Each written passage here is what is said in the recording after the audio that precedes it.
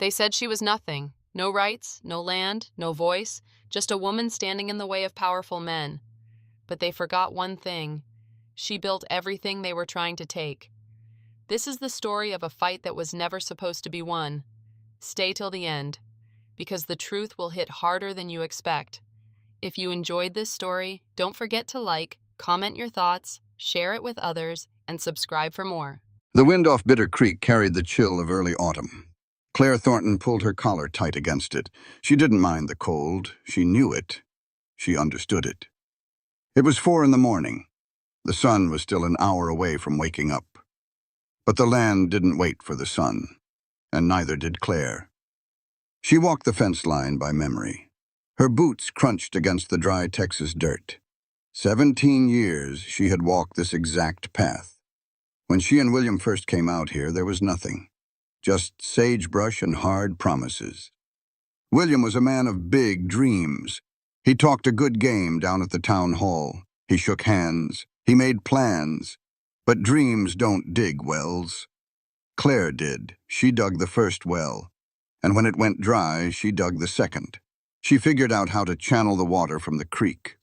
She built the wooden flume with her own 2 hands, splitting the pine when William was in town buying supplies. She knew when the rain was coming just by the smell of the dust. She knew which calves would survive the winter just by looking at their eyes. She was the lungs of the Thornton homestead. She breathed life into it every single day. But nobody writes down the things a woman does in the quiet of the morning. Claire stopped by the southern pen. She leaned over the top rail. The brindle cow, number 7, was standing heavy on her left side. Most folks wouldn't notice. Claire did. It was joint rot, early stages. The damp air brought it on. She climbed over the rail, pulled a tin of homemade tallow and sulfur from her coat pocket, and rubbed it into the cow's hip. "You'll make it," she whispered. The cow huffed a warm breath into her shoulder. By the time the sun broke over the ridge, Claire was walking back to the main house. That was when she saw the buggy leaving her yard. She recognized the black carriage, Silas Thornton, William's brother, and sitting right next to him was Thaddeus Vance, the sharpest, slickest lawyer in Millstone County. Silas had never stepped foot on this ranch while William was alive. He preferred the clean streets of Austin. He preferred clean hands. But William was dead now, buried barely a month. And Silas had suddenly discovered a deep love for family property. Claire didn't run to the house. She walked, slow and steady. When she pushed the front door open, she found an envelope sitting dead center on her kitchen table. Heavy parchment, official county seal. She didn't need to open it to know what it said, but she opened it anyway. It was a notice from the bank. Her accounts were frozen, locked.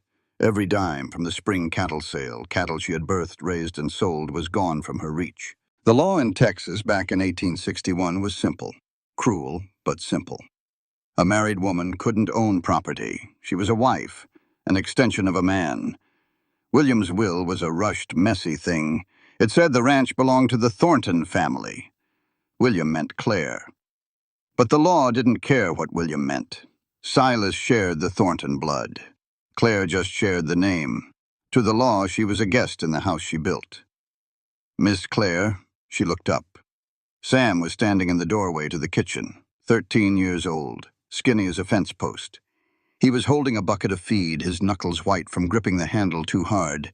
He had seen the carriage. He knew what it meant. Sam set the bucket down.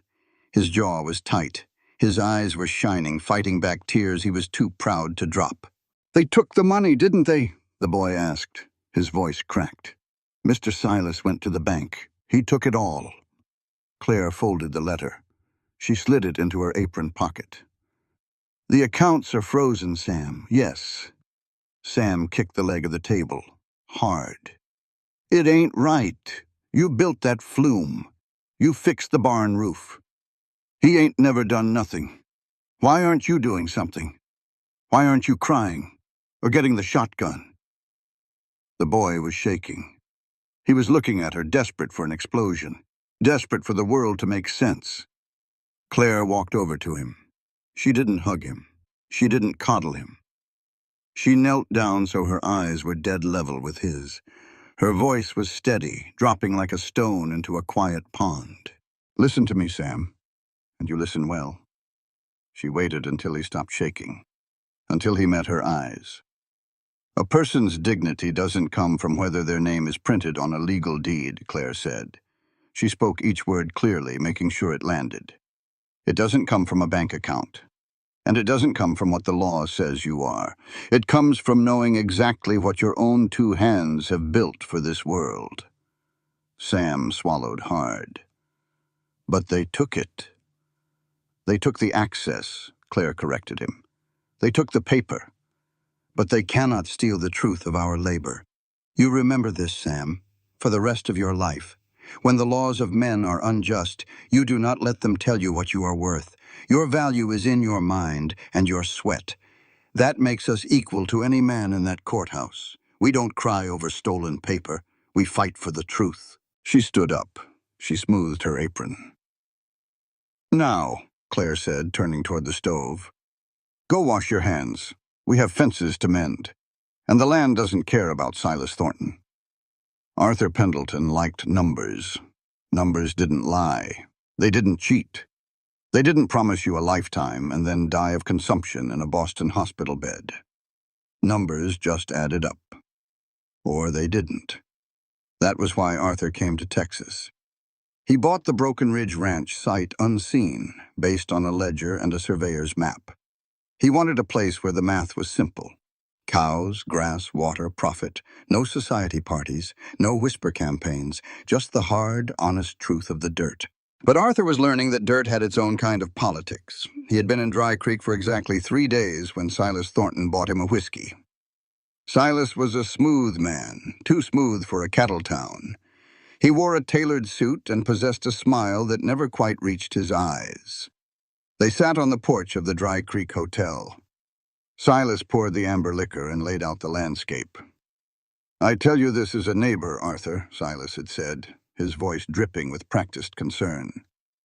"My brother William, God rest his soul, left behind a mess.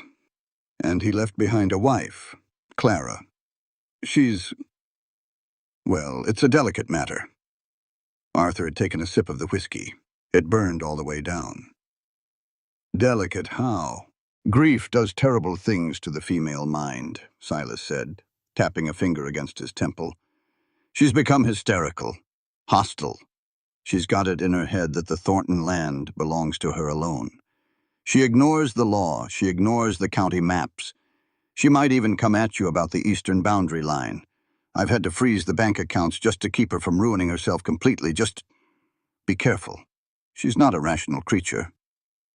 Arthur had nodded. He believed it. Because Silas had a stack of county papers, stamped and signed. And Arthur's late wife, Martha, had once been ruined by a weeping, hysterical friend who borrowed money on a promise and vanished. Arthur had learned the hard way to trust the ink, not the tears. He filed Clara Thornton away in his mind under the column of liabilities. 2 weeks later, the sky broke open. It didn't just rain, it poured. It was a violent, thrashing Texas storm that turned the cracked earth into a sea of thick, sucking mud. Lightning spiderwebbed across the black sky. Thunder shook the floorboards of the main house at Broken Ridge. Over at the Thornton homestead, Claire was losing the fight. She stood in water up to her shins. The wind tore at her oilskin coat. The eastern irrigation flume, the wooden artery that kept her cattle alive, was giving way. The heavy rains had swelled Bitter Creek, and the rushing water was slamming logs and debris against the wooden supports. If the flume broke, the water would flood the lower pens. Number 7, the sick brindled cow, and 20 other calves would drown in the freezing mud before dawn. Claire jammed a heavy wooden beam against the buckling side of the flume. She pushed with everything she had. Her boots slipped. She fell hard into the muck. She couldn't hold it alone. She needed muscle.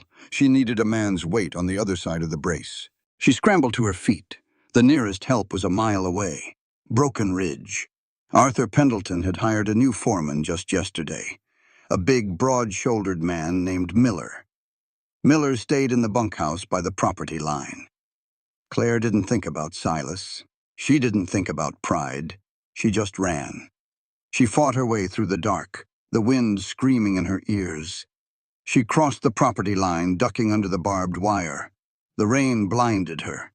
The mud tried to pull her boots right off her feet. She saw a lantern glowing in a window. She ran for it. She pounded on the heavy oak door with both fists. "Miller!" she screamed over the thunder. "Miller, I need help!" The door swung open. It wasn't the foreman's cabin. In the blinding rain, Claire had run straight up the hill to the main house. Arthur Pendleton stood in the doorway. He was wearing a flannel shirt, his sleeves rolled up, holding a brass oil lamp. He looked at the woman standing on his porch. She was covered in mud from head to toe. Her hair was plastered to her face. She was gasping for air, her chest heaving. She looked wild. She looked exactly like the hysterical madwoman Silas had described. "Mrs. Thornton," Arthur said. His voice was stiff, defensive. He braced himself for a screaming fit about boundary lines. "My flume," Claire gasped, pointing back into the dark. "The water is breaching. The lower pens are going to flood. I have sick calves down there. I can't brace it alone. I need help." Arthur stared at her. Silas's words echoed in his head. Not a rational creature. Hostile. Dangerous. He looked at her hands. They were bleeding. Splinters of raw pine were dug deep into her palms. She wasn't holding a weapon. She was holding a broken piece of rope. "Mr. Pendleton, please," Claire said. Her voice wasn't crazy. It was desperate, but it was anchored.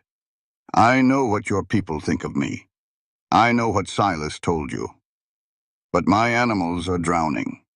Are you a rancher, or just a man who owns dirt?" Arthur looked at the rain. He looked at the woman. The numbers didn't make sense here. A madwoman didn't fight freezing mud for sick calves. Arthur set the lamp down. "Wait right there." He didn't wake his men. He didn't have time. He grabbed his heavy canvas slicker from the peg by the door, shoved his feet into his boots, and walked out into the storm. They ran together. When they hit the creek, the water was roaring. The flume was groaning, the wood bending under the massive pressure of the floodwater. Claire didn't issue orders. She didn't need to. She waded straight into the waist-deep freezing water. She grabbed the heavy brace beam and shoved it against the weakest point of the wood. "Hold the top!" she yelled. Arthur slid down the muddy bank. The cold hit him like a physical blow. It stole his breath, but he waded in. He grabbed the top of the brace. The wood was slick with rain and slime. "On three!" Claire shouted over the thunder. "1, 2, 3, push!" Arthur threw his entire weight against the wood. Claire drove her shoulder into the bottom. The flume groaned, fought them, and then with a wet crack slotted back into place. "Hold it!" Claire screamed. She fumbled in her pocket, pulling out heavy iron nails and a hammer. She swung the hammer in the dark, driving the spikes into the wood. She didn't miss. Even in the freezing rain, her aim was deadly true. Arthur watched her. He felt the sheer, undeniable strength of the woman. For 4 hours they fought the creek. They braced the walls. They dug a diversion trench in the mud to bleed off the pressure. They worked side by side, passing tools back and forth without speaking, communicating entirely through the rhythm of the work. By the time the sky began to turn a bruised, dull purple, the rain slowed to a drizzle. The flume held. The calves in the lower pen were wet, cold, and miserable, but they were alive. Arthur collapsed onto the muddy bank. His chest heaved. Every muscle in his body burned. He was covered in filth. Claire climbed up the bank and sat a few feet away from him. She wiped her face with the back of her muddy hand. She looked exhausted, but she looked at the flume, and a profound, quiet satisfaction settled over her features. She turned to Arthur. "You didn't have to come," Claire said softly. "Silas told you I was crazy. Silas told you I was trying to steal your eastern boundary. I know he did." Arthur looked at his hands. They were blistered, raw, just like hers. He looked over at her. He saw the intelligence in her eyes, the grit. And suddenly, he felt deeply, terribly ashamed of the neat little ledger in his mind where he had written her off. "He did tell me that," Arthur said. His voice was hoarse. "Why did you come out into the mud, then?" Claire asked. Arthur sat up straight. The storm was dying, leaving a heavy silence behind. He needed to say it out loud, as much for himself as for her. "Because Silas Thornton is a man who deals in paper," Arthur said, his voice cutting clearly through the damp morning air. "But paper doesn't bleed. Paper doesn't drown. Basic human compassion has to matter more than wherever the boundary lines are drawn on a map. When another human being is standing on your porch fighting for the lives of their herd, you don't ask for a deed. You grab a hammer. We owe each other that decency, Mrs. Thornton, regardless of what the rumors say." Claire looked at him, really looked at him. The hardness around her eyes softened just a fraction. "Claire," she said. "My name is Claire." Arthur nodded. "Arthur." He stood up, his joints popping in protest. He offered her a hand. She hesitated for a second, then took it. His grip was firm. Hers was just as strong. They stood in the mud. The sun broke over the horizon, casting a long golden light across the flooded fields. Nothing was fixed legally. The bank was still locked. Silas was still scheming. But as Arthur walked back to Broken Ridge, he knew one thing for certain. He had knocked on the wrong door in his own mind. And he was never going to trust a piece of paper over the calluses on a person's hands again. The morning sun hit the kitchen window of the Thornton homestead, painting squares of yellow light across the scarred oak table. Claire had washed the mud from her hair. She had stripped off the ruined oilskin coat. She was exhausted down to her marrow, but sleep was out of the question. She sat at the table. In front of her sat a heavy, leather-bound book. The cover was worn smooth from years of handling. The edges of the pages were yellowed. She unscrewed the cap of her inkwell. She dipped the steel nib of her pen into the black ink. "September 14th, 1878, she wrote. Her handwriting was sharp, slanted, and deliberate. Heavy storms. Bitter Creek crested at 3 in the morning. Eastern flume buckled. Arthur Pendleton from Broken Ridge assisted in bracing the structure. We drove 6 spikes and dug a 50-foot diversion trench. No cattle lost." She blotted the ink. She didn't stop there. She turned the page back.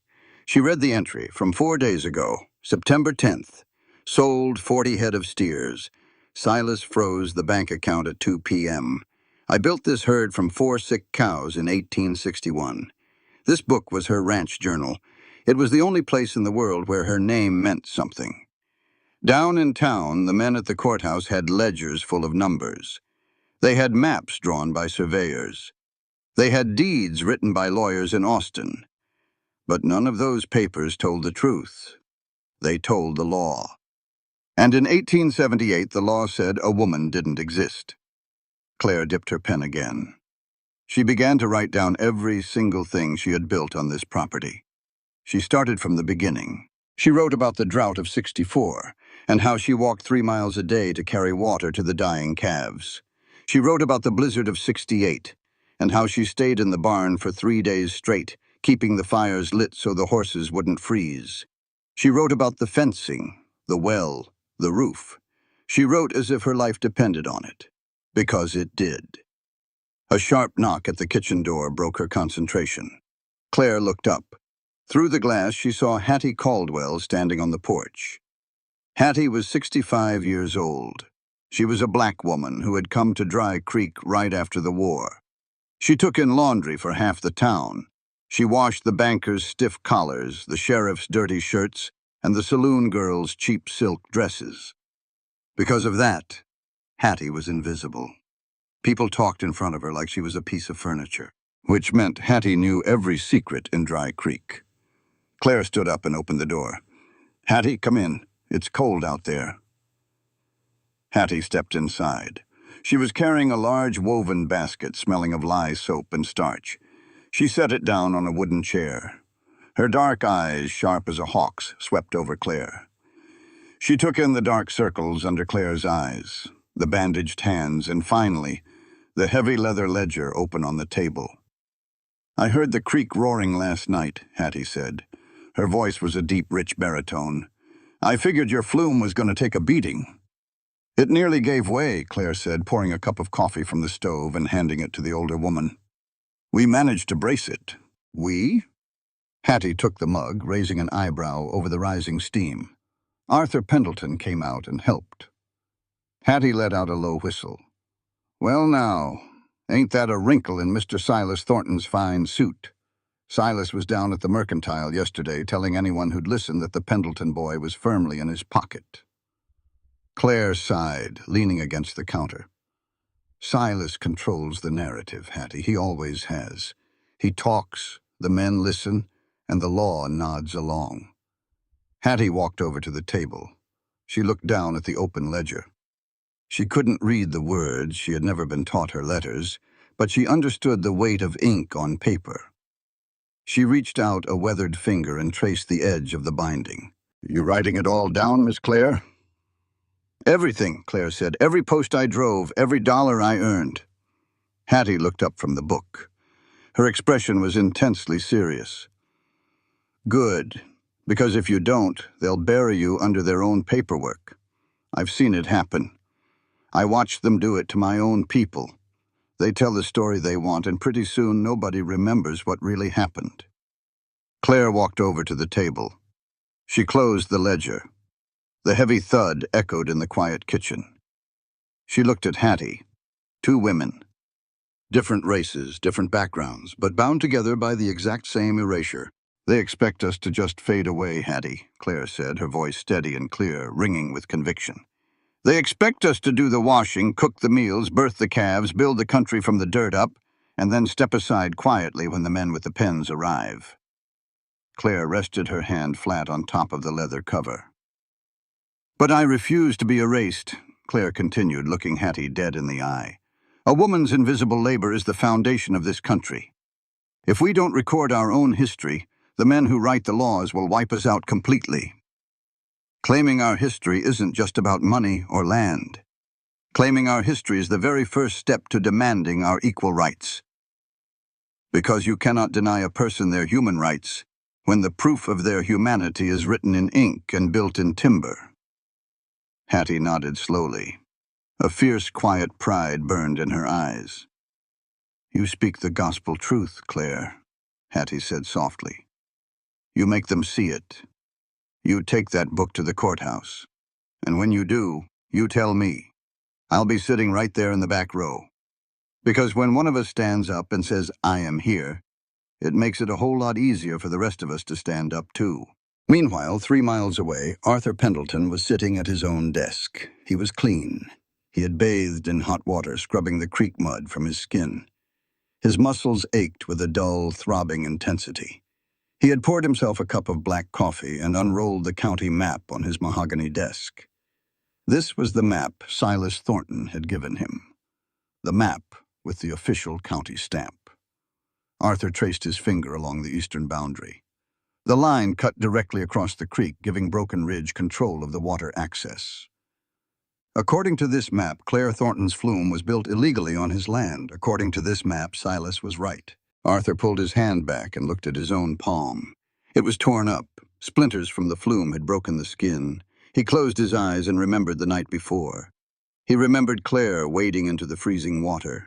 He remembered the absolute, undeniable authority in her voice as she commanded the river and the wood. A woman who was crazy didn't know how to perfectly angle a support beam to distribute the weight of a flash flood. A woman who was stealing land wouldn't fight so desperately to save a single sick calf. Arthur opened his eyes. He looked at the official stamp on the map. He was an accountant. He knew how numbers worked. He also knew how numbers could be manipulated by a man with enough money and the right friends in the assessor's office. Arthur stood up. He walked over to the window and looked out toward the Thornton homestead. The sun was fully up now, bright and harsh over the Texas plains. Silas Thornton was a liar. Arthur felt a cold anger settle into his chest. It wasn't the hot, flashing anger of a bar fight. It was the slow, quiet anger of a man who realized his own intellect had been insulted.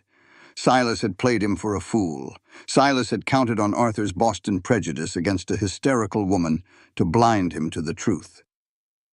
Arthur walked back to the desk. He took a heavy brass paperweight and set it down hard on top of the county map. He wasn't going to just sit here. He wasn't going to let Silas use him as a blunt instrument to break a woman who had bled for her dirt. Arthur grabbed his hat. He needed to talk to the fence builder. He needed to talk to the hands who had worked this land before he bought it.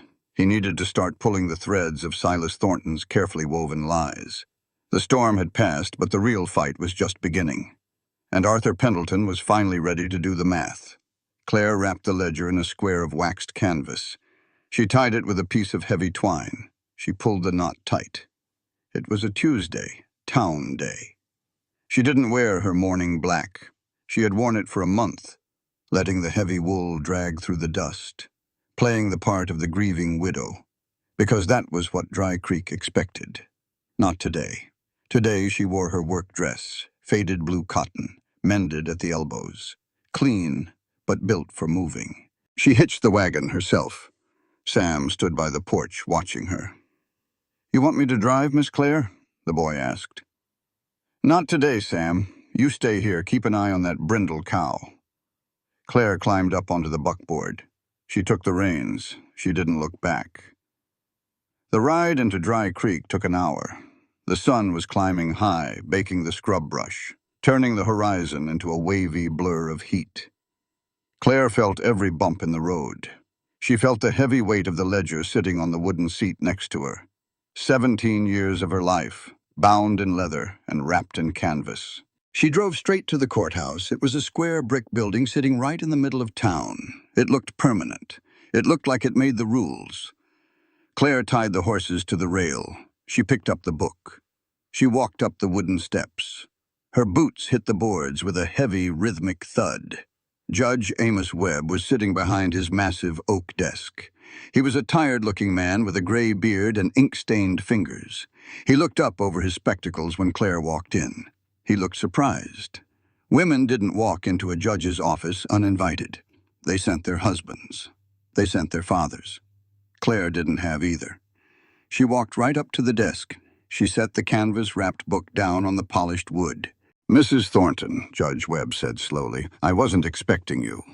Your brother-in-law, Silas, handles your affairs now. We have a hearing set for next week." "Silas handles his affairs, Judge, not mine." Claire untied the twine. She folded back the canvas. She pushed the ledger toward him. "What is this?" the judge asked. "That is the Thornton homestead," Claire said. Her voice didn't shake. "Every nail driven, every calf born, every dollar spent and earned since 1861. It is the record of my labor. I want it entered into evidence before the hearing." Judge Webb frowned. He touched the leather cover. "Mrs. Thornton, the law is the law. A ledger doesn't change a deed." "No," Claire agreed. "But it proves who bled for the land. I expect you to read it." She didn't wait for his permission. She turned and walked out. Down the street at the general store, Silas Thornton was holding court. Arthur Pendleton was standing by the back counter, sorting through a barrel of iron nails. He was listening. It was impossible not to listen. Silas had a voice meant for a theater. It carried. It demanded an audience. "It breaks my heart," Silas was saying to Mr. Harris, the storekeeper. Two other local ranchers were leaning on the counter, nodding along. "It truly does. William was a good man. And Clara, well, she was a good wife. Once." Mr. Harris wiped down the counter with a rag. "She's having a hard time of it, Silas." "A terrible time," Silas sighed. He struck a match and lit a cigar. The sweet smoke filled the store. "Grief is a heavy burden on the weaker sex. It fractures the mind. She's out there entirely alone. She thinks people are stealing from her. She's confused about the property lines. I tried to offer her a comfortable allowance. Send her back east to her sister. She just screamed at me." Silas shook his head, the picture of a tragic, put-upon family man. "She needs looking after," one of the ranchers muttered. "Ain't safe. A woman out of her mind on a working ranch." "I am doing my best to secure the estate," Silas said smoothly. "For her own protection, of course." Arthur held a handful of nails. They were cold and heavy in his palm. He knew it was a lie. He had stood in the freezing mud with that woman. He had watched her command a raging river. He had seen the absolute terrifying clarity in her eyes, Claire Thornton wasn't crazy, she was in the way. Arthur opened his mouth. He could say it. He could drop the nails, turn around, and say, "You're a liar, Silas. She saved my flume 3 nights ago." But Arthur didn't speak. He was new in town. He didn't know the judge, he didn't know the sheriff. He was an accountant from Boston, and Silas had the entire county in his pocket. If Arthur spoke up now without hard proof, he would just be painting a target on his own back. He needed time. He needed facts. So Arthur Pendleton stayed silent. He put the nails in a sack. He paid Mr. Harris. He tipped his hat to Silas, and he walked out the back door. 10 minutes later, Claire walked through the front door of the store. The silence that hit her was immediate. It was thick. It was heavier than the August heat. The 2 ranchers stopped talking. They looked at the floor. Mr. Harris suddenly got very busy organizing a display of canned peaches. Silas was gone, but his poison was still hanging in the air with the cigar smoke. Claire felt it. The shift. The sudden agonizing distance between her and the town she had helped build. She walked to the counter. She placed a small sack of coffee beans and a block of salt on the wood. "Morning, Mr. Harris," she said. Mr. Harris didn't look her in the eye. "Morning, Clara. Put it on the account?" "My account is frozen, Mr. Harris. You know that. I have coin today." She placed the silver pieces on the counter. Mr. Harris swept the coins into his till. He handed her the goods. "You take care of yourself out there, Clara. Here? Don't go overworking yourself. Your mind needs rest." The pity in his voice was worse than hatred. It was dismissive. It made her small. Claire picked up her supplies. She walked out into the blinding sunlight. She climbed up onto the buckboard. She took the reins and clicked her tongue. The horses lurched forward. When she finally pulled into her own yard, Sam ran out to meet her. He took the horses by the bridles. He looked up at her face. He was young, but he wasn't blind. "What happened?" the boy asked. "You look like you chewed on a bitter root." Claire climbed down. She carried the coffee and the salt. She stopped on the porch and looked down at the boy. "Sam," she said. Her voice was tired, but it was firm. "Come sit on these steps." Sam tied the horses to the post. He came over and sat beside her. The dust swirled around their boots. "I gave the judge my book today," Claire said, "and Silas gave the town a story. Guess which one they decided to believe?" Sam scowled. "Mr. Silas is a liar." "Yes, he is," Claire said. She looked out over the dry grass. "But a comfortable lie is always easier for people to swallow than a difficult truth. Silas told them I was crazy. He told them I needed to be controlled, and they believed him. Because if they believe him, they don't have to do anything about it. They can just look away." Sam kicked at the dirt. "That ain't fair. They know you. Mr. Harris knows you." Claire put her hand on the boy's shoulder. She squeezed it. "Listen to me, Sam. You need to learn this now," Claire said, making sure he was looking right at her. "Standing up for what is right has a price. Always. The price is usually your comfort. The price is losing the smiles of the people in town. When you demand your human rights, the world will try to make you look like a monster or a madman, just to justify keeping you down. You must never let their whispers change your truth. You pay the price and you hold your ground, because the moment you agree to their lie, you lose yourself forever." Sam nodded slowly. The anger in his eyes was replaced by something harder, something older. "I won't ever look away, Miss Claire," he said quietly. "I know you won't," she said. She stood up. "Come on. The daylight is burning and we have work to do." Arthur Pendleton couldn't sleep. He sat at his desk at Broken Ridge. The clock in the hallway struck 2 in the morning, then 3. The county map was still spread out in front of him, weighed down by the brass paperweight. Arthur took out a fresh sheet of paper. He took out his fountain pen. He started making a list. He wrote down everything Silas had told him. Clara is crazy. Clara is dangerous. Clara is trying to steal the water access. Then, on the other side of the paper, he wrote down what he knew for a fact. Clara saved the flume. Clara possesses advanced engineering knowledge of water displacement. Clara's hands are calloused like a seasoned ranch hand. The two columns didn't add up. The math was broken. The next morning, Arthur rode out to the eastern fence line. The sun was hot and unforgiving. He found John Becker, the local fence builder, digging a post hole in the hard dirt. John was a quiet man, a man who worked for his pay and kept his mouth shut. Arthur dismounted. He offered John his canteen. "Hot work," Arthur said. John wiped his brow. He took a long drink. "Always is." "John," Arthur said casually, leaning against his saddle. "That boundary line you're moving. The one pushing 50 yards into the Thornton side." John stopped wiping his brow. He handed the canteen back. His eyes got wary. "I just follow the map, Mr. Pendleton. It ain't my job to argue with the surveyor." "I know," Arthur said. "I'm just curious. Who gave you the map, the county clerk?" John looked around, even though they were miles from anyone. "No, sir. Silas Thornton gave it to me, and Lawyer Vance told me I'd get a bonus if the work was done before the month was out. I got a wife and 3 kids, Mr. Pendleton. I drive the posts where I'm told." Arthur nodded. He didn't press the man. He had what he needed. The fix was in. The map was doctored. Silas wasn't just trying to steal Clara's money. He was actively stealing her land, and he was using Arthur to do it.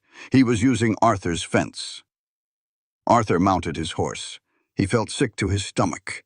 He had almost been the weapon Silas used to ruin that woman. He rode down toward Bitter Creek. He needed to clear his head. As he crested the ridge overlooking the water, he saw a lone figure wrestling with a heavy iron wheel. It was Claire. She was trying to turn the main junction valve on the shared water line. It was rusted shut. She was throwing her entire body weight against it, her boots slipping in the mud. Arthur spurred his horse. He rode down the bank, tied the reins to a scrub oak, and walked over. "Let me," Arthur said. Claire stepped back. She didn't argue. She was breathing hard, wiping a streak of grease from her cheek. Arthur grabbed the iron wheel. He planted his feet. He gritted his teeth and pulled. The rust fought him, grinding like shattered glass. But slowly, painfully, the wheel began to turn. Water surged through the pipe, rushing out into the holding tank. Arthur let go, shaking the tension out of his arms. He turned to face her. "Thank you," Claire said. Her tone was perfectly polite, perfectly cold. "It was rusted tight," Arthur said, trying to fill the silence.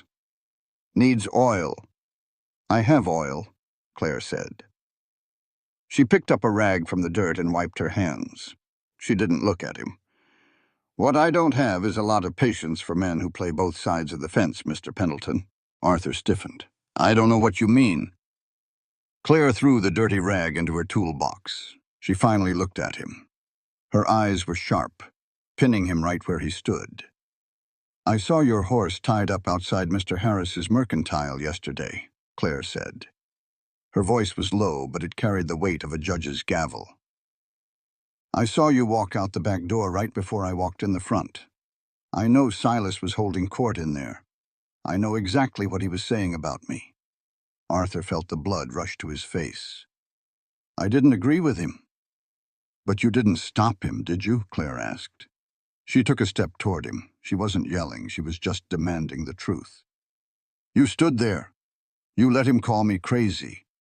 You let him strip away my dignity in front of the whole town. You know what I did in that storm. You know I'm not mad.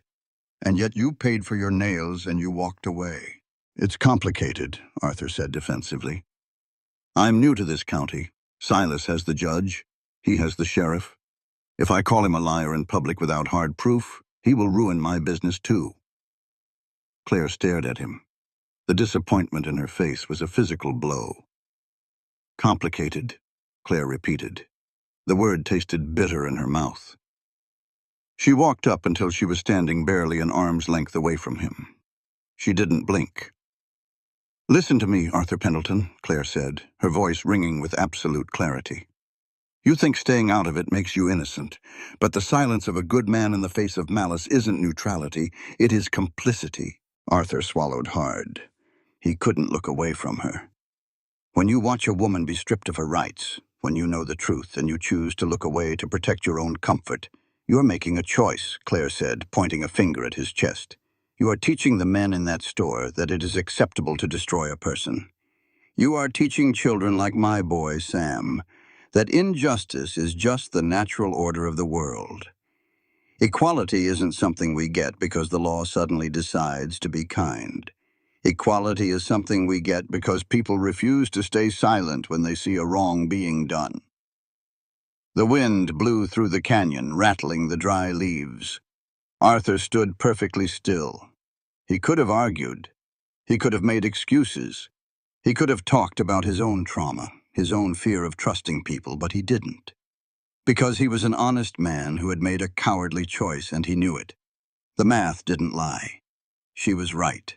"You're right," Arthur said quietly. His voice barely carried over the rushing water. Claire blinked. She had expected a fight. She had expected a man's pride to rear up and defend itself. "I was a coward," Arthur said. He met her gaze fully, letting her see the shame, and then the resolve settling underneath it. "I let a man I know is a liar dictate the truth because I was afraid of the friction.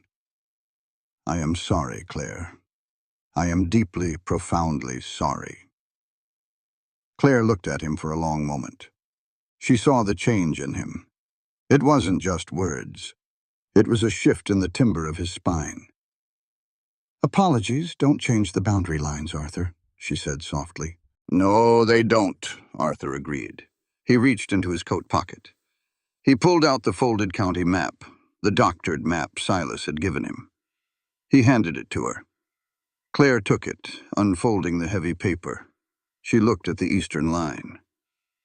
"He pushed it 50 yards into my land," she whispered. "John Becker told me this morning that Lawyer Vance handed him that map," Arthur said. "Silas isn't just taking your bank accounts. He's carving up the physical dirt. And he was trying to use me to do it." Claire looked up from the map. The wind whipped a strand of hair across her face. "What are you going to do?" Arthur didn't smile. He looked toward the eastern ridge, toward the newly driven fence posts. "I'm an accountant, Claire," Arthur said, his voice hard as iron. "I hate bad math. And I hate a forged ledger. Tomorrow morning I am riding into town, and I am going to stand right next to you at the bank. We are going to start fixing the numbers." Claire looked at the man standing in front of her. The suit was gone. The caution was gone. He was finally standing in the mud with her. She folded the map. She slid it into her pocket.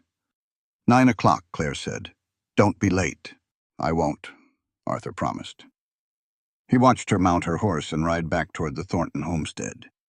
He didn't move until she was just a speck on the horizon. The silence of the Texas plains stretched out around him. But Arthur Pendleton knew he wouldn't be staying silent anymore. The Dry Creek Meeting House doubled as the church on Sundays.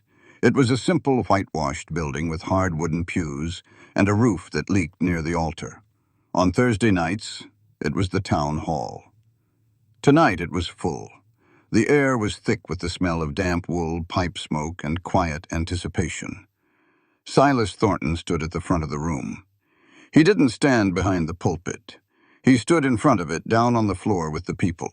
It was a calculated move. It made him look humble. It made him look like a man asking for help rather than a man demanding control. Arthur Pendleton sat in the back row. He kept his hat in his lap. He watched Silas.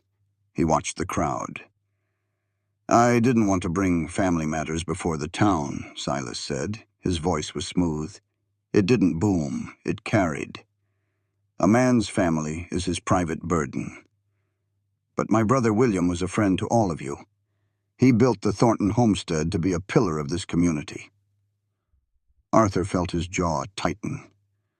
William hadn't built a damn thing. "Since William passed, I have tried to do right by his widow," Silas continued. He looked down at his boots, shaking his head slowly. "I have offered Clara a generous stipend. I have offered to buy her a house in Austin, near doctors, near civilized society. But grief is a terrible thief, my friends. It steals the mind. A murmur ran through the crowd. Mrs. Larson, the baker's wife, leaned over and whispered to her neighbor. "She is out there entirely alone," Silas said, looking back up. His eyes were wide and full of fake, manufactured sorrow. "She is driving herself into the ground. She argues with the county maps. She hallucinates trespassers. She is holding onto a piece of dirt that she cannot legally own and cannot physically manage. I am stepping in. I have petitioned the court for full control of the estate, not to take it from her, but to save her from herself." Arthur looked across the room. Claire was sitting in the third row. She wore her faded blue work dress. Her spine was straight. Her hands were folded in her lap. She didn't yell. She didn't stand up and call him a liar. She just sat there, listening to a man steal her life with polite words. When Silas finished speaking, the town nodded. They bought it. It was easier to believe a wealthy man in a clean suit than a dirty woman with calloused hands. Claire stood up. She didn't look at Silas. She didn't look at the crowd. She turned around and walked down the center aisle. Her boots clicked against the floorboards. Steady, even, unbroken. Arthur stood up and followed her out into the cool night air. He caught up to her by her wagon. She was untying the horses. "Claire," Arthur said. She stopped. She didn't turn around right away. When she did, the moonlight caught her face. She wasn't crying. She looked like a woman who had just realized the house was on fire, and she was the only one holding a bucket. "He's a good talker, Arthur," Claire said quietly. "I'll give him that." "He's a liar," Arthur said. "And the town is blind." "The town isn't blind. They just don't want to look." Claire turned back to the horses. "I have to go home. Tomorrow is Friday. The hearing is at noon." "I'll be there," Arthur said. "I have the map. I'll testify." "It won't be enough," Claire said. She climbed up onto the buckboard. "A forged map proves Silas is greedy. It doesn't prove I own the land. The law says William owned it. The law says Silas inherits it." She picked up the reins. She looked down at him. "But I have something else," she said. "Come out to the house. There's something you need to see." Arthur saddled his horse and followed her wagon. The ride was silent. The Texas night was huge and empty around them. When they got to the homestead, the house was dark. Sam was already asleep in the back room. Claire lit a single oil lamp in the kitchen. She didn't sit down. She walked over to the cast-iron wood stove. She knelt on the floorboards next to the wood box. Arthur watched as she pried up a loose floorboard with the edge of a butter knife. She reached into the dark space and pulled out a rusted tin box, an old biscuit tin. She set it on the kitchen table. The metal clinked against the wood. Claire opened the lid. Inside was a single folded piece of paper. It looked old. The edges were soft and worn. She took it out and handed it to Arthur.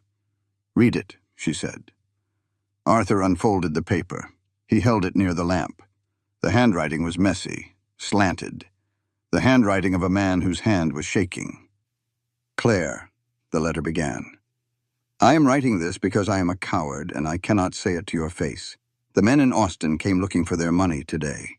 The cards didn't fall my way. They haven't fallen my way in 3 years. I owed them $2,000. I told them to take the herd, but you already sold the herd to pay off the banknote." Arthur stopped reading. He looked up. "William was a gambler?" "Keep reading," Claire said. Her voice was hollow. Arthur looked back down. "I was going to sign over the deed to the homestead. I had the pen in my hand. But I couldn't do it. Because it isn't mine. I know the county says it is. But I didn't dig the wells. I didn't build the flume. I didn't keep the calves breathing through the winter. You did. You built this ranch. I just put my name on it. I begged them for another month. I'll find the money somewhere else. If anything happens to me, you take this paper to the judge. It's yours, Claire, all of it." It was signed William Thornton, October 4th, 1875. Arthur lowered the paper. The silence in the kitchen was heavy. "This is it," Arthur said. His heart was hammering. "Claire, this is the proof. In his own handwriting, he admits the land is yours. He admits you built it. Why didn't you give this to the judge on Tuesday?" Claire stared at the tin box. She crossed her arms tightly over her chest. "Because of what the first paragraph says," Claire whispered. If I show that letter in open court, the whole town will know William was a degenerate gambler. They'll know he nearly lost our home to a card game. They respected him, Arthur. They thought he was a pillar. I spent my whole marriage hiding his sickness, covering his debts, building this place up so nobody would know what a broken man he really was. If I show that letter, I destroy his memory." Arthur set the letter down on the table. He looked at the woman standing in front of him, a woman who had carried the weight of a man's failures on her back for 17 years, only to be thrown out into the cold when he died. "Claire," Arthur said gently. She shook her head. "A good wife protects her husband, even after he's gone. That's what we're taught." "Listen to me," Arthur said. He stepped closer. He didn't touch her, but he made sure she had to look at him. "That is a lie. That is a rule written by men who want women to suffer in silence." Claire looked up. Her eyes were bright, but no tears fell. She wasn't a woman who cried. She was a woman who endured. "I know it is," she said softly. "Then why are you holding on to it?" Claire took a deep breath. She reached out and touched the edge of the letter. "Because breaking a rule you've lived by your whole life feels like dying," she said. She picked up the letter. She smoothed out the creases with her thumb. "But I am done dying for William Thornton," Claire said. Her voice grew stronger. The waver disappeared. She looked at Arthur, and the fire he had seen in the mud and the storm was back.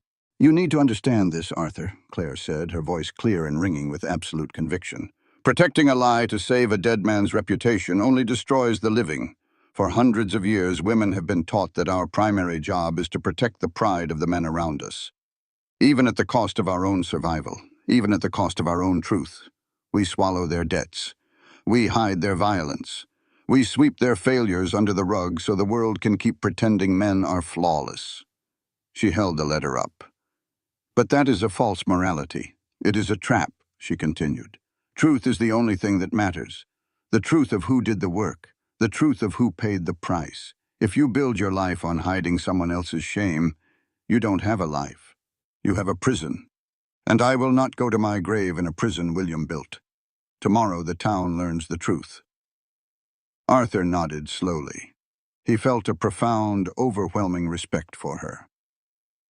"I'll meet you at the bank at 9, Arthur said. "The bank?" "We need a witness to the handwriting," Arthur said. He tapped the letter. "Silas will claim you forged it. We need the bank clerk to swear on an affidavit that this is William's signature, and we are going to make him do it." Claire smiled. It was a small, sharp thing. 9 o'clock, she said. The Dry Creek Bank was a quiet place. It smelled of brass polish and old paper. At exactly 9 o'clock on Friday morning, the heavy glass doors swung open. Claire Thornton walked in. Arthur Pendleton walked right beside her. They didn't look like customers. They looked like a firing squad. Mr. Abernathy, the bank clerk, looked up from his ledger. He was a thin man with a nervous twitch in his left eye. He saw Claire and his hand froze over the inkwell. Silas had made it very clear that Clara Thornton was not to be helped. "Mrs. Thornton," Abernathy stammered, standing up, I cannot process any withdrawals for you. Mr. Silas Thornton's orders." "I'm not here for money, Mr. Abernathy," Claire said. She walked up to the iron grill. She slipped the folded letter underneath it. "I am here for a verification of signature." Abernathy looked at the paper. He didn't touch it. "I don't think I should—" "Mr. Abernathy," Arthur said. His voice was pleasant, too pleasant. He stepped up to the grill next to Claire. "You keep the signature cards for every account in this county. William Thornton signed hundreds of bank drafts over the last 10 years. You know his handwriting." "Yes, but—" "Take the paper," Arthur said. The pleasantness dropped. The Boston accountant disappeared. The Texas rancher took his place. "Look at the signature, and then write out a sworn affidavit that the signature matches your records. Or I will buy this bank next week, and my first act as owner will be to fire you for gross negligence of duty." Arthur didn't have the money to buy the bank, but he said it with the absolute cold confidence of a man who did. Abernathy swallowed hard. He picked up the letter. He looked at the signature. He pulled open a wooden drawer, pulled out a stack of canceled checks, and compared them. He looked up. He looked pale. "It's a match." "Write it down," Claire said. "Sign it. Stamp it." 10 minutes later, Claire walked out of the bank with the letter and a sworn affidavit. The sun was high. It was almost noon. The courtroom was packed. Every pew was full.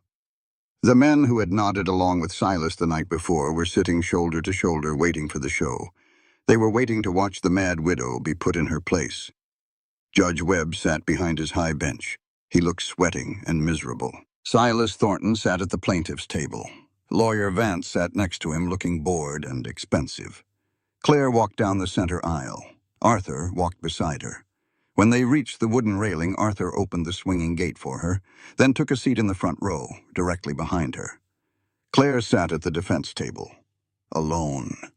She didn't need a lawyer. She had the truth. Judge Webb banged his gavel. "Court is in session. We are here to settle the estate of the late William Thornton. Mr. Vance, the floor is yours." Thaddeus Vance stood up. He buttoned his suit jacket. "Your Honor," Vance said smoothly, "this is a simple tragedy. William Thornton left his estate to his family. His brother Silas is his blood heir. The widow, Clara, has regrettably lost her faculties.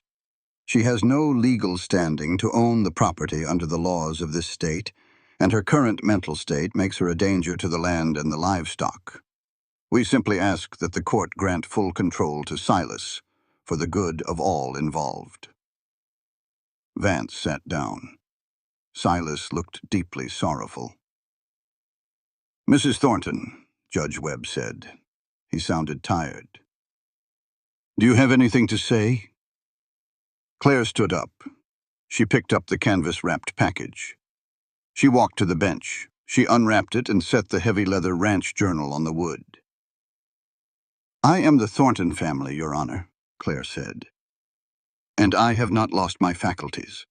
I have only lost my patience. This book contains the record of my labor. I built that ranch." Vance didn't even stand up. He just waved a hand. "A woman's diary, Your Honor. It proves nothing about ownership." "He's right," Claire said, turning to face Vance. "The book only proves the sweat.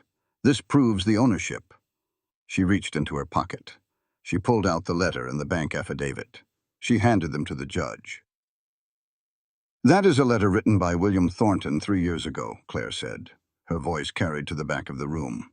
"In it, he confesses to massive gambling debts. He confesses that he almost lost the ranch to a card game. And he explicitly states that the ranch belongs to me, that I built it, that he only put his name on the deed. Attached is a sworn statement from the Dry Creek Bank verifying his signature." The courtroom went dead silent. Silas stood up. His chair scraped loudly against the floor. The sorrowful act was gone. His face was red. "Objection! It's a forgery! She's a hysterical, lying woman." "I have a witness to the forgery of your boundary map, Silas," Arthur said, standing up from the front row. Judge Webb banged his gavel. "Order. Mr. Pendleton, you are not a party to this." "I am a material witness, Your Honor," Arthur said, ignoring the gavel. "Silas Thornton handed my fence builder a doctored map last week, attempting to steal 50 yards of Mrs. Thornton's eastern boundary. I have the map, and I will swear under oath that Silas gave it to me." The crowd started to murmur. The murmurs grew louder. Silas slammed his hands down on the table. He was losing control of the room. He pointed a shaking finger at Claire. "She is nothing," Silas shouted, his true face finally showing. "Ugly, greedy, vicious. She is just a woman. She has no name without my brother. She has no rights in this county. The law says she is property, and the property belongs to me. That is enough." The voice didn't come from the judge. It came from the back of the room. It was deep. It was resonant. It cut through the yelling like a broadaxe through soft pine. Everyone turned around. Hattie Caldwell stood in the back aisle. She was wearing her Sunday dress. She held her head high. She wasn't carrying a laundry basket today. She was carrying her dignity. "You look right at me, Silas Thornton," Hattie said. She walked slowly down the aisle. The crowd parted for her. The laws of Texas might not give a poor black washerwoman a voice in this room, but my conscience demands I speak. Judge Webb raised his gavel. Hattie, this is highly irregular. Put the hammer down, Amos, Hattie said, not even looking at the judge. She stopped right behind the wooden railing, looking dead at Silas. I washed your brother's shirts, Hattie said, her voice echoing off the brick walls. I smelled the cheap whiskey and the stale cigar smoke of the card rooms on his collars every single week. I knew what he was. And I know what she is, Hattie pointed at Claire. I watched this woman build that homestead, Hattie declared. I watched her dig the well while he was sleeping off his liquor. I watched her drag calves out of the frozen mud. You stand there and call her nothing. You say she has no rights. Hattie turned her gaze from Silas to the men sitting in the pews. She looked at the ranchers, the storekeepers, the bankers. You men write laws to protect your own power, Hattie said, and the educational weight of her words landed like stones in the quiet room. You use your ink and your paper to step on the necks of women, the poor, and anyone who doesn't look like you. You tell us that rights are something you grant us when you feel generous. But you are wrong. Hattie placed her hands firmly on the wooden railing. The truth doesn't care about your social standing, she continued, her voice filled with absolute fire. It doesn't care if you're a man or a woman, black or white, rich or poor. Human rights are not a gift from a judge or a wealthy brother-in-law. Human rights belong to everyone who breathes, everyone who works, everyone who bleeds for this earth. It is time you men stopped using the law to steal what you are too lazy to build yourselves. The silence that followed was absolute. It wasn't the silence of fear. It was the silence of a room that had just been stripped bare. Judge Webb looked at Hattie. He looked at the letter in his hand. He looked at Silas, whose face was pale and slick with sweat. Finally, the judge looked down at Claire. Claire stood tall. She didn't look crazy. She didn't look defeated. She looked like the owner of the Thornton homestead. Judge Webb picked up his pen. I am entering the letter and the ledger into evidence, Judge Webb said quietly. And I am ordering a full investigation into the boundary maps. Mr. Vance, tell your client to sit down. Claire turned around. She looked at Hattie. Hattie gave her a single sharp nod. Then Claire looked at Arthur. He was already looking at her. He didn't offer her a pitying smile. He just stood there, an equal, witnessing her take back the life she had built with her own 2 hands. Arthur didn't wait for Judge Webb to swing his gavel. The morning after the trial, the sun came up hot and red over the eastern ridge. Arthur was already out of bed. He didn't put on a suit. He put on his canvas work trousers and his heavy leather boots. He walked down to the bunkhouse. He woke his foreman. He woke the ranch hands. Saddle up, Arthur told them. Bring the shovels, bring the heavy ropes. By 6 o'clock, they were standing at the eastern boundary line. The fresh pine post John Becker had driven into the dirt just a week ago stood there, mocking the true property line. They were 50 yards deep into Claire Thornton's land. 50 yards of stolen grass, stolen water. Arthur grabbed a shovel. He threw it into the dirt next to the first post. Pull them up, Arthur said. The men hesitated. The foreman scratched his jaw. Mr. Pendleton, the judge ain't ruled yet. We might be doing double work if he decides the map holds. Arthur looked at the man. His eyes were cold, absolute. The map is a lie. I know it. You know it. And I don't need a judge to tell me how to do honest math. Pull the posts up. We are moving this fence back where it belongs. They went to work. It was brutal labor. The Texas clay was baked hard. They had to dig deep, wrap the thick ropes around the bases of the pine posts, and use the horses to pull them free from the sucking mud. Arthur didn't stand back and watch. He dug. He pulled. He let the rough hemp rope tear at his blistered hands. He wanted it to hurt. He needed it to hurt. It was the only way to burn out the shame he felt for ever believing Silas in the first place. It took them 4 hours to clear the stolen land. They dragged the posts back across the creek, back to the old boundary line, the true line. The line William and the original owners had agreed upon 17 years ago. Arthur was leaning on his shovel, breathing hard when he heard the sound of approaching hooves. He looked up. Claire was riding down the ridge. She sat tall in the saddle. She wore her faded blue dress and a wide-brimmed hat to block the glare. She pulled her horse to a stop near the creek. She looked at the fresh holes on her side of the water. She looked at the newly driven posts on his side. She dismounted. She tied her horse to a scrub oak and walked over to where Arthur was standing. Arthur wiped the sweat from his forehead with the back of his dirty sleeve. He didn't smile. He didn't look for praise. "You didn't wait for the ruling," Claire said. "The ruling is just paperwork," Arthur replied. He leaned his shovel against the new fence. "The dirt is the truth. I told you I hated a forged ledger. I was balancing the books." Claire looked at the fence line. It was straight. It was fair. "Silas is going to scream bloody murder when he rides out here and sees this," she said. "Let him scream," Arthur said. "He's trespassing on my land the minute he crosses the county road. I'll shoot the hat off his head if he tries to plant another post." Claire turned her gaze from the fence to Arthur. She looked at the sweat dripping from his chin. She looked at his hands bleeding and wrapped in dirty rags. "Thank you," she said softly. "You don't owe me a thank you," Arthur said quickly. He shook his head. "I made a mistake. I listened to a liar because he wore a nice suit and spoke my language. Moving this fence isn't a favor to you, Claire. It's just me cleaning up my own mess." Claire stepped closer. The rushing water of Bitter Creek tumbled over the rocks beside them. The sound was loud, but her voice cut right through it. "Arthur," Claire said, "look at me." Arthur met her eyes. "You moved the fence," Claire said. "And you stood up in that courtroom. You put your own reputation on the line for me. Most men would call that chivalry. Most men would expect a woman to swoon, to be eternally grateful to the strong man who rode in to save her." Arthur stiffened. "I don't expect you to swoon." "I know you don't," Claire said. She kept her voice perfectly level.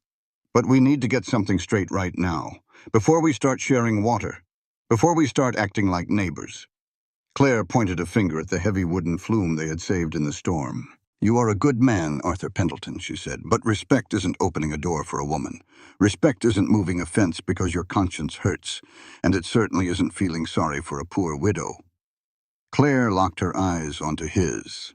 She spoke the next words slowly, letting them sink into the dirt, letting them sink into his bones. "True respect is acknowledging that my mind and my sweat hold the exact same value as any man's," Claire stated. "It means you look at me and you see an equal. You see a partner in the work. You don't see someone you need to protect. You see someone you need to consult. In every decision we make about this creek, in every deal we strike about the cattle, we stand on the exact same ground. Neither of us leads, neither of us follows. That is what equality means, and I will not accept 1 ounce less." Arthur stood perfectly still. The wind blew through the canyon, carrying the smell of crushed sage and damp earth. He didn't feel insulted. He felt humbled. He realized that even in his effort to do the right thing, he had still been playing the role of the savior. Claire didn't need a savior. She just needed him to get out of her way. He looked at her calloused hands. He looked at the fierce, unbroken pride in her posture. Arthur took off his work gloves. He tucked them into his belt. He extended his bare, blistered right hand toward her. "Equal," Arthur said. His voice was thick with genuine conviction. "No favors, no pity. We share the water, and we share the decisions. I am learning from you, Claire, and I give you my word. I will not forget the lesson." Claire looked at his hand. She reached out and took it. Her grip was calloused and strong. It wasn't the handshake of a lady sealing a social visit. It was the handshake of a rancher sealing a pact. "Then we have an agreement," she said. She let go of his hand. She turned and walked back to her horse. She swung up into the saddle with an easy, practiced grace. "I'll have my men come out tomorrow," Claire called down to him. "We need to widen the trench on the south bend if we want the water to reach your lower pasture without flooding my crossing." "I'll have my men meet them halfway," Arthur called back. "We'll split the labor." 50-50, Claire agreed. She spurred her horse and rode up the ridge back toward the Thornton homestead. Arthur watched her go. His muscles ached. His hands were bleeding. But as he turned back to look at the newly placed fence, standing exactly where it was meant to be, he felt a deep, profound sense of peace. The math was finally right. And for the first time since he came to Texas, he wasn't standing alone in the dirt. Judge Amos Webb did not drag his feet. 3 days after the trial, he issued his ruling. It was written in black ink on heavy county parchment, and it was posted on the oak door of the courthouse for the whole town of Dry Creek to read. The ruling was a masterclass in legal navigation. Judge Webb couldn't rewrite the 1861 property laws of Texas. He couldn't legally grant Claire a deed entirely in her own name while Silas was still breathing. But he could and did grant her sole, irrevocable stewardship of the Thornton estate. The bank accounts were unfrozen. The forged map was thrown out. Silas was ordered to pay restitution for the legal fees. It wasn't perfect, but it was ironclad. Silas didn't stay to argue. The day the ruling was posted, he packed his tailored suits into 2 leather trunks. He boarded the noon stagecoach to Austin. He didn't look out the window as the coach rattled past the Mercantile. The men who had bought his cigars and nodded at his lies suddenly found fascinating things to look at on the ground. Silas Thornton was a ghost before the dust from the coach even settled. Claire stood on the porch of the homestead. She held the official copy of the ruling in her hand. Sam was sitting on the top step, whittling a piece of pine with a pocket knife. He looked up at her. "We won, Miss Claire," Sam said. He grinned. It was a wide, gap-toothed smile. Claire folded the paper. She slipped it into her pocket. She looked out over the fields. The grass was turning golden under the autumn sun. The cattle were grazing quietly.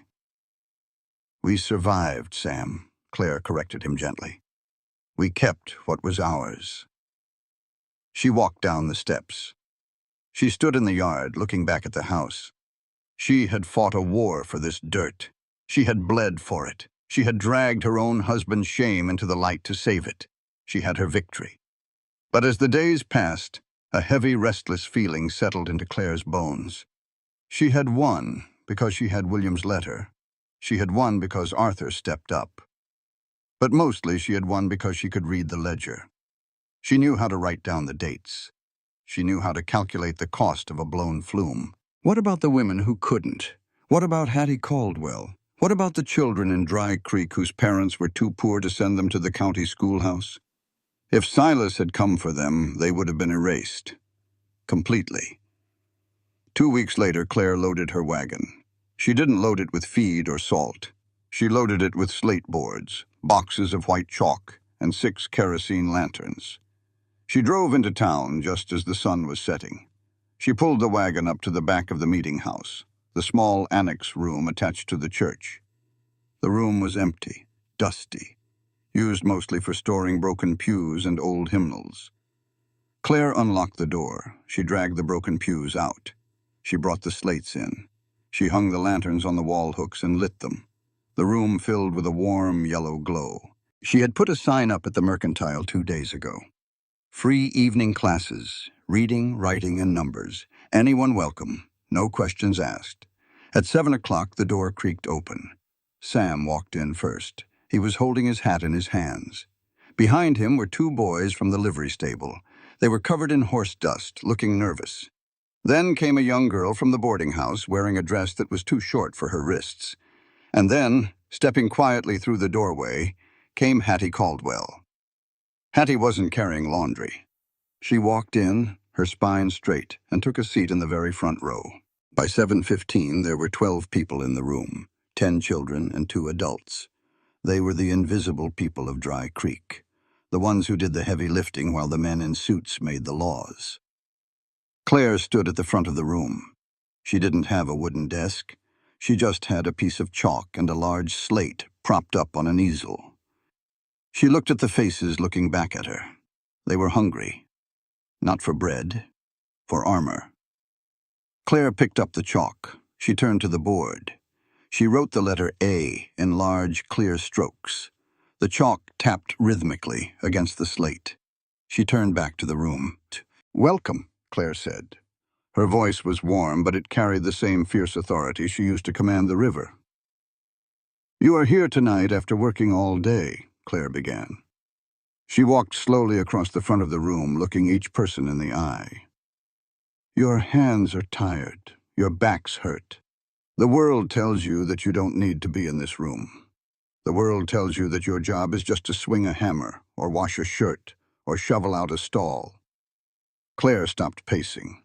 She looked directly at Sam. Then she looked at Hattie.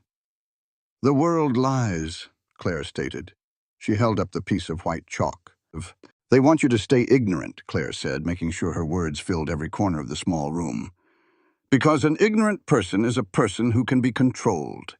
If you cannot read a contract, they can steal your wages. If you cannot do the math, they can steal your land. If you cannot write your own history, they will write it for you. And I promise you they will not make you the hero of the story." Claire walked over to Sam's desk. She placed a small individual slate in front of him. She handed him a piece of chalk. She did the same for the livery boys. She did the same for Hattie. When everyone had a slate, Claire walked back to the front. "Listen to me, all of you," Claire said. The educational value of the moment hung heavy and absolute in the air. Money can be stolen. Land can be tied up in a courthouse. But no one can ever foreclose on the knowledge inside your head. Never. Education is not a luxury for the rich. Education is the only weapon you need to defend your human rights without ever having to fire a shot. When you know your letters, you know your rights. And when you know your rights, no man in a fine suit can ever tell you that you are nothing." The room was completely silent. The only sound was the hiss of the kerosene lanterns. Hattie Caldwell looked down at her blank slate. She picked up her chalk. Her weathered, wrinkled hand trembled just a fraction, and then she steadied it. She looked up at Claire. Her eyes were shining with a fierce, beautiful pride. "Where do we start, Miss Claire?" Hattie asked. Her deep voice was full of iron. Claire smiled. It was a real smile. It reached her eyes and softened the hard lines the last 17 years had carved into her face. She turned to the board. She tapped the letter she had drawn. "We start at the beginning," Claire said. "This is the letter A. Let me show you how to write it." Outside, the Texas night was cold and dark. The wind howled around the corners of the meeting house. The town of Dry Creek went to sleep, oblivious to the quiet revolution happening in the back room of the church. But inside, the lanterns burned bright. The chalk scratched rhythmically against the slates. And Claire Thornton finally realized what the fight had been for. She hadn't just fought to save a piece of dirt. She had fought so she could stand in this room, holding a piece of chalk, and teach the next generation how to build a world where the truth could never be erased again. The man from the Kansas City Pacific Railroad wore a tailored gray suit. He smelled like bay rum, expensive cigars, and coal dust. He did not belong in Dry Creek. He belonged in boardrooms with heavy velvet drapes. He sat across from Arthur Pendleton in the small office at Broken Ridge. He unlatched a leather briefcase. He pulled out a heavy sheet of cream-colored paper and slid it across the desk. Arthur looked at it. It was a buyout contract. The railroad was looking to push a new southern spur down toward the border. Broken Ridge was sitting right in the middle of their preferred grade. The number written at the bottom of the page was clean, bold, and heavily inked. $8,000. Arthur stared at the number. It was a fortune. It was more than double what he had paid the late Mr. Henderson for the land just 6 months ago. It was enough money to pack his bags, leave the dust of Texas behind, and buy a fine brick house in Boston. He could go back to the world of quiet streets, gas lamps, and polite society. He could escape the heat. He could escape the mud. The railroad man smiled. It was a thin, confident smile. "It's a very generous offer, Mr. Pendleton," the man said. He tapped a manicured finger against the desk. My superiors are eager to break ground before the winter freeze. Sign the paper, and I have a bank draft ready in my case. You can be on the afternoon stagecoach a very rich man. Arthur didn't touch the pen. He looked at the contract. The math was perfect. It was the smartest financial decision a man could make. 3 months ago, Arthur would have signed it without blinking. He would have taken the money and run from the ghost of his dead wife, from the ache in his chest, from the sheer, terrifying unpredictability of the frontier. But Arthur wasn't the same man who had stepped off the stagecoach in the spring. Arthur looked past the railroad man. He looked out the window. He saw the eastern ridge. He saw the new fence line standing straight and true where he and his men had driven it. He saw the glint of Bitter Creek in the morning sun. And in his mind he saw a woman standing in freezing water, swinging a hammer in the dark to save a sick calf. Arthur looked back at the paper. It is a generous offer, Arthur said. His voice was quiet, steady. He picked up the contract. He didn't pick up the pen. Arthur grabbed the thick parchment in both hands. He pulled his hands apart. The heavy paper tore with a loud, sharp rip. He placed the 2 torn halves on the desk. The railroad man's smile vanished. His jaw dropped. What are you doing? Are you insane? You're a businessman, sir. That is $8,000. I am an accountant, Arthur corrected him smoothly. I know exactly what the numbers mean. But I also know what this land is worth, and you can't afford it. Arthur stood up. He pointed to the door. Have a safe trip back to Kansas City, Arthur said. The man snatched up his briefcase. He looked at Arthur like he was looking at a madman. He stormed out of the office, the door slamming hard behind him. Arthur stood alone in the quiet room. He looked at the torn pieces of paper on his desk. He didn't feel regret. He didn't feel fear. He felt entirely, profoundly free. He grabbed his hat from the peg. He walked out the door and saddled his horse. The autumn air was crisp, the kind of air that smelled like dry pine and cold water. Arthur rode the property line down toward the creek. He wasn't rushing. He let the horse take its time. He watched the wind roll through the tall grass. When he reached the southern bend of Bitter Creek, Claire was already there. She was standing by the newly constructed diversion valve. It was a heavy piece of cast iron, bolted into the thick wooden planks of the flume. They had split the cost of the iron. They had split the labor of digging the trench. Claire was holding a wrench, tightening the last bolt on the pressure plate. She wore her faded work dress and a pair of heavy leather gloves. Arthur dismounted. He tied his horse. He walked down the bank. Morning, Arthur said. Claire didn't look up right away. She gave the wrench one final hard pull. The iron groaned and locked into place. Morning, Claire said. She wiped the back of her gloved hand across her forehead. The seal is tight. If we open the main gate, it should draft exactly half the flow into your lower pasture. Let's test it, Arthur said. Claire grabbed the large iron wheel on her side. Arthur grabbed the wheel on his side. They didn't count out loud. They didn't need to. They pulled together, turning the heavy gears in perfect, silent rhythm. The water rushed in. It hit the iron divider and split. A rushing torrent of clear, cold water swept down Claire's flume. An equal torrent swept down the new trench toward Broken Ridge. 50-50. Down to the drop. Claire watched the water flow. She nodded, satisfied. She pulled off her gloves and tucked them into her belt. Arthur reached into the inside pocket of his canvas coat. He pulled out the 2 torn halves of the cream-colored contract. He held them out to her. Claire looked at the paper. She took the pieces. She unfolded them. She read the letterhead. She read the legal terms. Her eyes dropped to the number at the bottom of the page. $8,000. She saw the jagged tear ripping right through the ink. She looked up at Arthur. The rushing water filled the silence between them. The railroad wanted to buy you out, Claire said. They wanted to build a spur right through the middle of the ridge, Arthur said. This is double what you paid Henderson, Claire noted. Her voice was careful, analyzing. You could have gone back to Boston. You could have lived like a king. I could have, Arthur agreed. Why didn't you? Claire asked. She didn't sound emotional. She sounded like a woman demanding the truth. Arthur didn't look away. He held her gaze. "Because I was running when I came here," Arthur said. He kept his sentences short. He didn't dress them up. "I was running from a ghost. I was running from a betrayal. I bought this land so I could hide behind numbers and fences, but then I stood in the mud with you, and I watched you fight Silas. I watched you fight the town, and I realized something." Arthur took a step closer. The wind caught the brim of his hat. "I realized that a man doesn't find peace by running away," Arthur said. "He finds peace by finding something worth standing his ground for. This dirt is worth it. The water is worth it." He paused. He looked right into her eyes.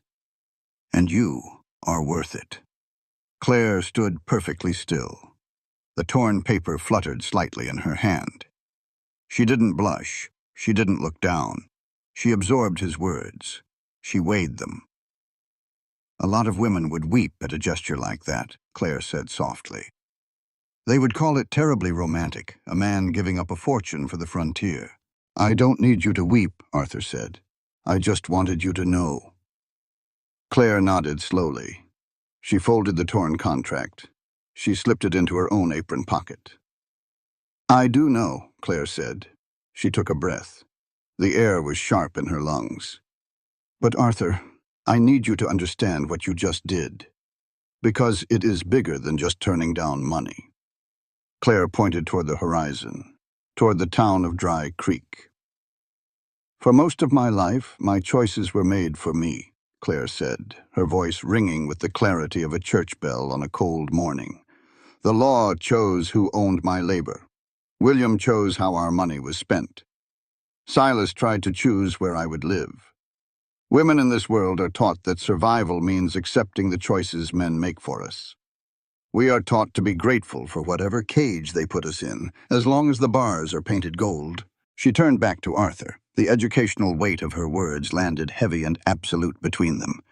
"The highest power a human being possesses is the power of choice," Claire stated. She spoke the words like gospel, like a truth forged in an anvil. "When you take away a person's choices, you make them a slave. If you had stayed here because you were broke or because you had nowhere else to go, we would just be two desperate people leaning on each other to survive. That is dependence. It breeds resentment." Claire stepped up to him. She looked at him with an intensity that burned right through his chest. "But you had a choice," she said. "You had a ticket out of here. You had a fortune in your hand. You had the absolute, undeniable freedom to walk away, and you chose to tear it up. You chose to stay." She reached out. She placed her hand flat against the canvas of his coat, right over his heart. "When two people stand on equal ground with the absolute freedom to walk away and they deliberately choose to stay and build together, that isn't dependence," Claire said softly, but the words echoed like thunder. "That is a partnership. That is the true definition of freedom. And that is the only kind of love worth having." Arthur felt the warmth of her hand through his coat. He felt the truth of her words settle into his bones. He didn't just understand her. He revered her. "I chose this," Arthur said quietly. "I choose you. Every day." Claire smiled. It wasn't the sharp, defensive smile she used in town. It was real. It was luminous. "Good," she said. She dropped her hand. She turned her attention back to the business of the day. "Because I have paperwork for you." Claire reached into the leather satchel slung over her shoulder. She pulled out a thick sheet of legal paper. She laid it flat on the wide, smooth top of the wooden flume. "I had Mr. Prentice draft this up in town yesterday," Claire said. She pulled a fountain pen from her pocket. "It is a legally binding contract for the water rights of Bitter Creek. It supersedes the county maps. It supersedes any future claims by my estate or yours." Arthur looked at the document. He read the dense legal ink. It was a masterpiece of equality. It stated that all water drawn from the creek must be divided evenly. It stated that no modifications, dams, or diversions could be built without the written, sworn consent of both parties. But it was the bottom of the page that caught Arthur's eye. There were 2 lines for signatures. They weren't stacked one on top of the other the way a boss signs above a worker, or a husband signs above a wife. The lines were drawn side by side, on the exact same level. Claire unscrewed the cap of her pen. She didn't hesitate. She signed her name on the left line in bold, sharp ink. Clara Ann Thornton. She handed the pen to Arthur. Arthur took it. He looked at her name. He stepped up to the wooden flume. He pressed the nib to the paper. He signed his name on the right line, Arthur Thomas Pendleton. 2 names, equal weight, equal standing. "It's official," Claire said. She blew gently on the ink to dry it. "Not quite," Arthur said. He reached into his saddlebag. He pulled out a book. It wasn't a county map. It wasn't a bank ledger. It was a heavy, leather-bound journal. The leather was brand new, stiff and unworn. Arthur set the book down on the wood next to the contract. He opened the cover. The pages inside were pristine white. Only the very first page had ink on it. Arthur handed the book to Claire. "Read it." Claire looked at him. She looked down at the page. She recognized the sharp, clean handwriting of a Boston accountant. September 28th, 1878, the entry read. Refused buyout offer from the Kansas City Pacific Railroad. Tore up the contract. Rode to the southern bend of Bitter Creek. Repaired the joint diversion valve. I did not do this alone. The iron was set, the trench was dug, and the water was divided in equal partnership with Clara Thornton. The labor was shared. The risk was shared. The success belongs to both of us. Claire stared at the words. She read them once. She read them twice. For 17 years, she had written her own history in the dark. She had documented her own sweat because the world refused to acknowledge it. She had fought to make a judge look at her ledger just to prove she existed. But this wasn't her ledger. This was a man writing down her name. This was a man documenting her labor, not to steal it, but to enshrine it. He was bearing witness to her life. Claire felt a sudden, sharp ache in the back of her throat. It was a feeling she hadn't allowed herself to feel in almost 2 decades. It was the feeling of being completely, entirely seen. She closed the leather book. She ran her calloused thumb over the smooth cover. She looked up at Arthur. He didn't look proud. He just looked honest. "You started a journal," Claire whispered. "I did," Arthur said. He reached out and gently rested his hand over hers on top of the leather cover. "Because I learned from the best teacher in Texas. Nothing matters if you don't write it down.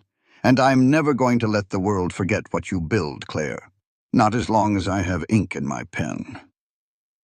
Claire didn't pull her hand away. She turned her palm up, lacing her rough, splinter-scarred fingers through his.